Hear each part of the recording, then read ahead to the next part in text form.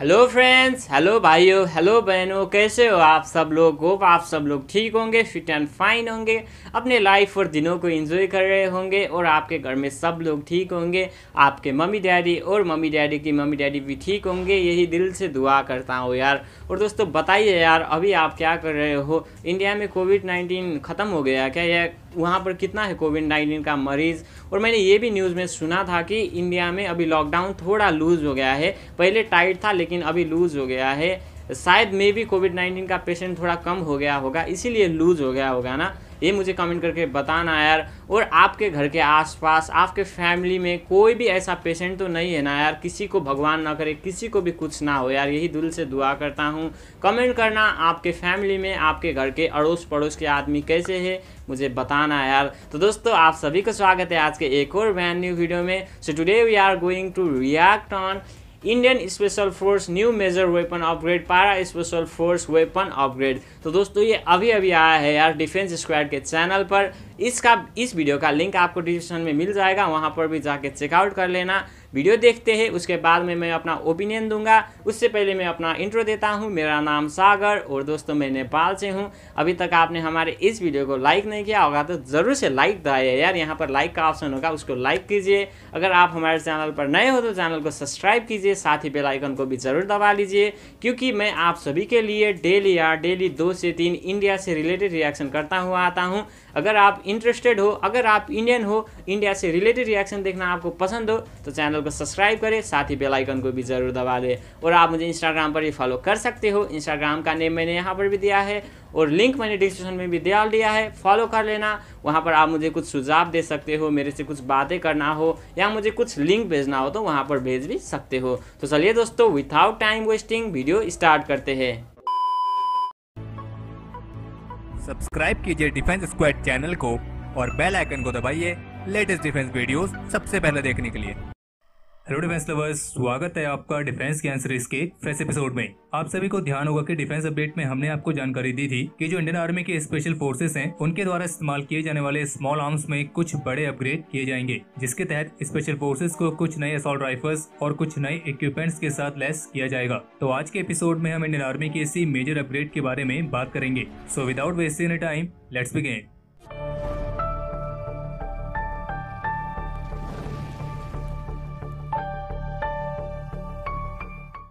तो जो ये अपग्रेड किए जा रहे हैं ये इंडियन आर्मी की इन्फेंट्री मॉडर्नाइजेशन प्लान का हिस्सा है, और जिस हिसाब से चीन और पाकिस्तान के साथ लगी सीमाओं पर हालात बन रहे हैं उसको ध्यान में रखते हुए फिलहाल इस समय के अपग्रेड की काफी जरूरत है। अगर इन अपग्रेड्स में स्वदेशीकरण ज्यादा शामिल होता तो ये ज्यादा अच्छी बात होती, लेकिन फिलहाल इस अपग्रेड में ऐसा कोई खास स्वदेशीकरण देखने को नहीं मिल रहा है। तो इन मेजर अपग्रेड्स में जो सबसे पहली चीज है वो है बेल्जियम यूएस ओरिजिन की FN स्कार नाम की gas operated self loading assault और बैटल राइफल, जिनमें स्कारल असॉल्ट राइफल और स्कार एच बैटल राइफल आती है। और बता दें कि असॉल्ट राइफल और बैटल राइफल में फर्क होता है। असॉल्ट राइफल में वो राइफल्स आती हैं जिनमें सिलेक्टिव फायरिंग मोड मिलता है और जो डिटैचेबल मैगजीन और इंटरमीडिएट कार्ट्रिज का इस्तेमाल करती हैं, जैसे कि AK-47 या फिर M16 rifle. Selective firing mode का मतलब है कि आप राइफल को बर्स्ट मोड, सिंगल मोड या फुली ऑटोमेटिक मोड में भी फायर कर सकते हैं। और वहीं बैटल राइफल्स की तुलना में उन राइफल्स को रखा जाता है जो पावर के मामले में असॉल्ट राइफल्स से आगे होती हैं, यानी कि वे एक फुल पावर्ड राइफल कार्ट्रिज को फायर करने में सक्षम होती हैं। हालांकि पहले इस बैटल राइफल टर्म का इस्तेमाल जो पुरानी मिलिट्री फुल पावर्ड वाली सेमी ऑटोमेटिक राइफल्स होती थी उनको डिस्क्राइब करने के लिए भी किया जाता था।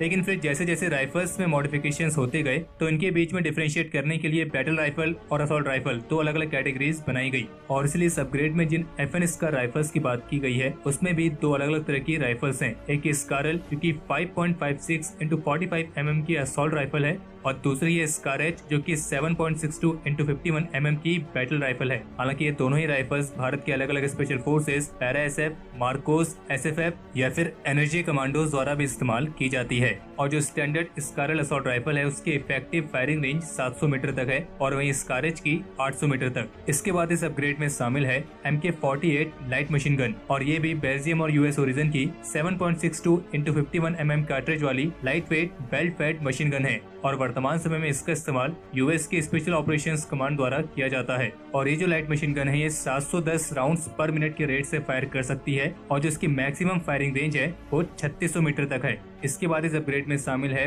.50 कैलिबर की ब्राउनिंग हैवी मशीन गन, और ये यूएस ओरिजिन का वेपन है। हालांकि अलग अलग वेरिएंट्स में आती है, जैसे कि M2HB, M2 और M3, और ये वेपन भी इंडियन मिलिट्री की सर्विस में ऑलरेडी मौजूद है, लेकिन बहुत ही लिमिटेड नंबर्स में। और अब जरूरत को ध्यान में रखते हुए इसकी कुछ और यूनिट्स के लिए ऑर्डर दिए गए हैं। और जो ये M2HB वाला वेरिएंट है, ये 450 से 600 राउंड पर मिनट के रेट से फायर कर सकता है, और जो इसकी मैक्सिमम फायरिंग रेंज है वो 7400 मीटर तक है, और जबकि इसकी इफेक्टिव फायरिंग रेंज 1800 मीटर है। और इसमें 0.50 कैलिबर यानी कि 12.7 × 99 mm की कार्ट्रिज लगती है। और ये एक ऐसा वेपन है जिसकी शुरुआत वर्ल्ड वॉर 1 से हुई थी, यानी कि ये वेपन 1933 से ही सर्विस में मौजूद है और इसे कई सारे युद्धों में कई बार इस्तेमाल किया गया है। इसके बाद इस अपग्रेड में शामिल है बैरे M107 स्नाइपर राइफल, जो कि एक recoil operated semi automatic anti material sniper rifle है, और ये भी एक यूएस ओरिजिन का ही वेपन है और 1989 से सर्विस में मौजूद है, और इसे भी कई सारे युद्धों में इस्तेमाल किया गया है। और इसमें भी 0.50 कैलिबर यानी कि 12.7 × 99 mm की एम्यूनिशन इस्तेमाल होती है, और इसकी जो इफेक्टिव फायरिंग रेंज है वो 1800 मीटर तक है। बाकी जो इसका एम्यूनिशन फीडिंग सिस्टम है उसमें 5 से 10 राउंड वाली डिटेचेबल बॉक्स मैगजीन आती है। हालांकि ये जो स्नाइपर राइफल है ये भी ऑलरेडी पैरा स्पेशल फोर्सेस के साथ साथ मुंबई पुलिस के फोर्स 1 कमांडोज द्वारा भी इस्तेमाल की जाती है। यानी कि एक तरीके से देखा जाए तो इन मेजर अपग्रेड्स में वही चीजें शामिल हैं जो स्पेशल फोर्सेस ऑलरेडी इस्तेमाल कर रही हैं, बस इनके एडिशनल ऑर्डर्स देके इनकी संख्या को बढ़ाया जा रहा है। और इसके साथ साथ इस अपग्रेड में helmet mounted night vision devices के साथ साथ कॉम्बैट पैराशूट्स भी शामिल हैं। और इस मॉडर्नाइजेशन प्लान के तहत इंडियन आर्मी अपने सोल्जर्स को स्विस आर्मी नाइफ के देसी वर्जन यानी कि स्वदेशी तौर पर विकसित किए गए वर्जन से इक्विप करने की योजना बना रही है। स्विस आर्मी नाइफ एक पॉकेट नाइफ होने के साथ साथ एक ऐसा मल्टी टूल होता है जिसमें कई अलग अलग तरह के जरूरी टूल्स जैसे कि screw drivers, can opener, wire cutter और डेटोनेटर क्रिम्पर जैसे टूल्स रहते हैं। और इंडियन आर्मी अपने सोल्जर्स को जिस स्वदेशी स्विस आर्मी नाइफ से इक्विप करने की योजना बना रही है उसमें इन सभी टूल्स के साथ साथ एक ऐसी ब्लेड भी होगी जिसका इस्तेमाल close quarter hand to hand fight में डैगर के तौर पर किया जा सकेगा। और इस तरह के जो नाइफ्स होते हैं वे -20 से लेकर 50 डिग्री सेंटीग्रेड तक के टेम्परेचर में फंक्शन कर सकते हैं।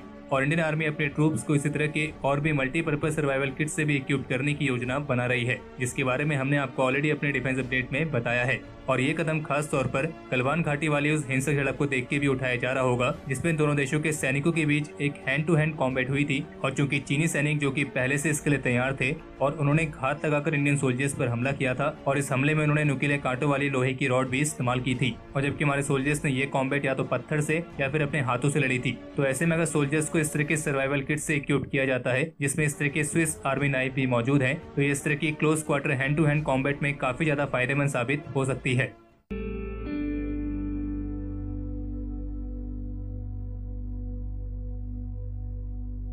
तो हमारे आज के इस एपिसोड के लिए इतना ही। अगर आपको यह एपिसोड पसंद आया हो तो इस वीडियो को लाइक करें, और अगर आपका कोई सवाल या फिर सुझाव हो तो उसे कमेंट सेक्शन में शेयर करें। बाकी अगर आपने इस चैनल को सब्सक्राइब नहीं किया है तो इस चैनल को सब्सक्राइब करना ना भूलें।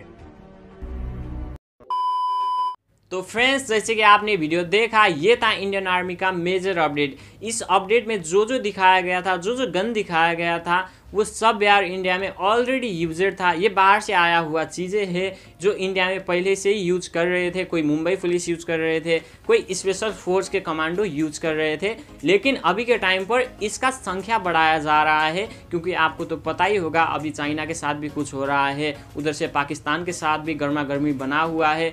मुझे तो ऐसा लगता है ना, ये पाकिस्तान, ये चाइना कभी भी नहीं मानेगा यार। इन दोनों देश को इंडिया से कुछ प्रॉब्लम हो चाहे ना हो, लेकिन इंडिया के लोगों को दिक्कत देती रहती है, लेकिन इंडिया के कमांडो उनको मुंहतोड़ जवाब भी देते हैं। लेकिन ये न्यूज़ में हमेशा सुनता हूँ यार, बेसिकली तो पाकिस्तान की न्यूज़ तो हमेशा सुनता हूँ, कभी कहाँ पर क्या करते हैं, कभी सीज फायर का उल्लंघन करते हैं। ऐसा लगता है ना ये पागल लोग हैं क्या, पाकिस्तान के पूरे के कमांडो ही पागल लोग हैं क्या। झगड़ा करने में उसको कितना मज़ा आता है यार। बे लोग मारे जाते हैं, उधर से आतंकवादी भी भेजते हैं, वो आतंकवादी भी मारे जाते हैं। मरने का पूरा शौक ही चढ़ा है यार ये चीन वालों को और पाकिस्तान वालों को। इस बात से ना मैं तंग आ गया हूँ। कितनी बार यार, कितनी बार इंडिया के सीज फायर उल्लंघन करोगे पाकिस्तानियों, और कितनी बार यार इंडियन फौजी को धोखे से मारोगे यार। मारना है तो आमने सामने के युद्ध लड़ो ना। तो इसी सिचुएशन को देखकर ये जो गन है ये मंगवाया जा रहा है। ये बहुत ही ज़्यादा प्रोवाइड कर रहे हैं इंडियन आर्मी को, क्योंकि आपको तो पता ही होगा क्या सिचुएशन होगा, किस टाइम पर क्या हो जाएगा, ये किसी को भी नहीं पता यार।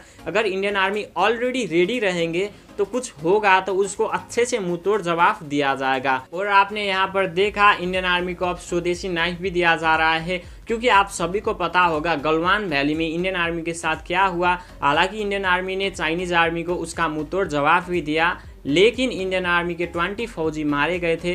वो भी चाइना के जो आर्मी थे वो घात लगाकर उनको मार रहे थे। उनके पास थे नुकीले डंडे जिसमें तार बेरा हुआ था, उससे इंडियन आर्मी को मारा। ऐसे मैंने बहुत सारे न्यूज़ में आर्टिकल्स में पढ़े थे, लेकिन इंडियन आर्मी निहत्थे थे। लेकिन इंडियन आर्मी ने उनका मज़े से जवाब दे दिया। इसी सिचुएशन को देखते हुए उनको एक स्पेशल नाइफ भी प्रोवाइड कर रहे हैं। अगर वैसे घात लगा के कोई मारेगा, अगर वैसा सिचुएशन फिर से आ जाएगा तो वो चाकू निकाल कर, वो नाइफ निकाल कर उनको मुंहतोड़ जवाब इजीली दे सके। तो दोस्तों ये जो अपडेट थी ये मुझे बहुत ही अच्छा लगा, क्योंकि आने वाले दिनों में इंडियन आर्मी फुल्ली रेडी रहेंगे।